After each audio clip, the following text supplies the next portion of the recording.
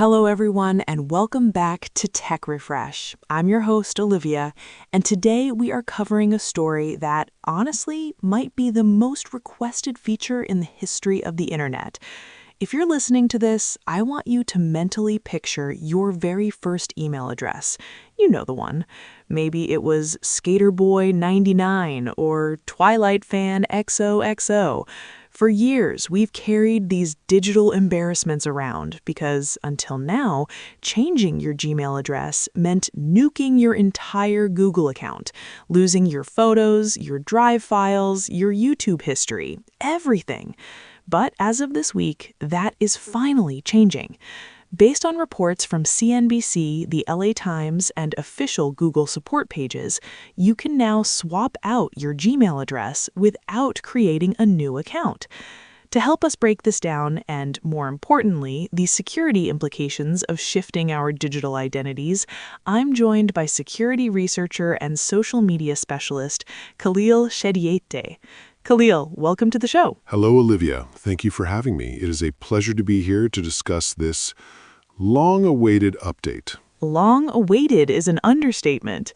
Khalil, before we get into the heavy security stuff, do you remember your first email address? Or was it something professional from day one? Well, as a security researcher, I try to keep things professional, but yes, we all started somewhere.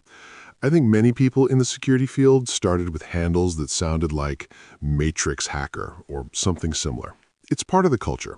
But for the general public, this issue of the embarrassing email is actually a serious professional hurdle. Absolutely. Fast Company actually ran a piece on this, calling it the fix for our embarrassing pasts. So let's dive into the mechanics. I was reading the Google support documentation, and it seems this isn't just a simple rename. How does it actually work? Correct, Olivia. Based on the technical details, this is a very specific implementation. Previously, your Gmail address was essentially your primary unique identifier, your ID in the database. Google has now decoupled that. Here's how it works. You can go into your Google account settings under Personal Info, and if the feature has rolled out to you, you will see an option to edit your Gmail address. You change old embarrassing name at gmail.com to professional name at gmail.com. And the million-dollar question, what happens to my old emails? Do they disappear? No, and that's the beauty of this system. Your old email address automatically becomes an alternate email on the same account. This is crucial for security and continuity. If someone sends an email to your old address, it still lands in your same inbox. All your photos, your Drive documents, your calendar events, they stay exactly where they are. You're just changing the label on the door, not moving houses. That's a relief. I think people were terrified of the data migration nightmare. But Khalil, looking at the fine print, I saw some restrictions. You can't just change it every day, right? Exactly. Google has put strict limits in place to prevent abuse. You can only create a new Gmail address for the account once every 12 months, and there's a lifetime cap. You can only create a maximum of 3 new addresses for that account. So you have a total of 4 potential identities attached to one account over its lifetime. Interesting. So you can't just use this to evade blocks or spam people with a new name every week. Precisely. From a security standpoint, this is vital. If bad actors could constantly shift their email address on a verified account, it would make it difficult to track phishing and abuse.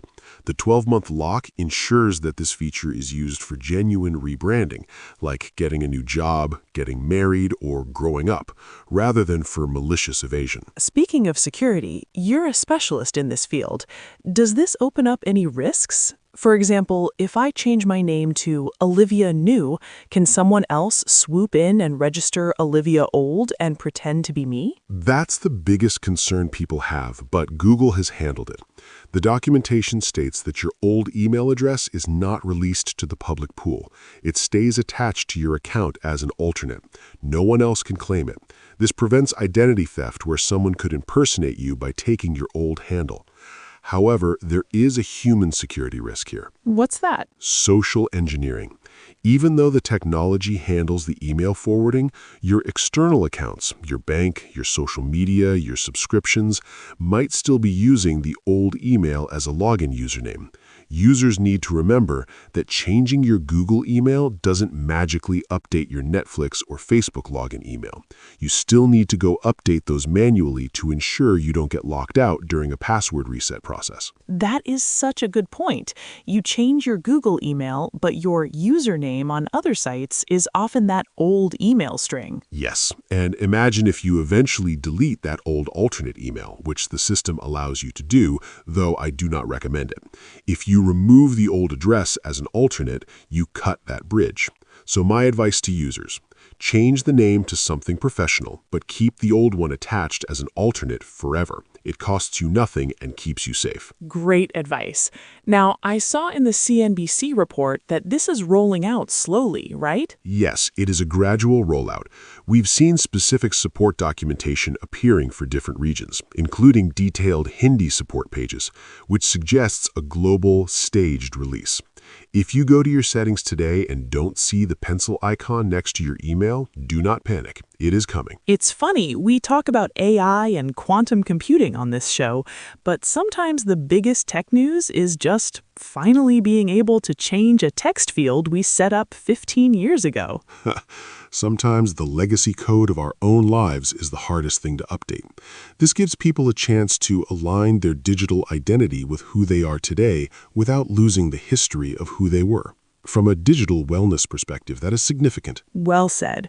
Khalil, thank you so much for breaking this down for us. Where can people find you online? You can find me on most social platforms, and of course, I will be testing this feature closely to see if there are any other security nuances we missed. Fantastic. So there you have it, folks. You can finally say goodbye to Skaterboy99.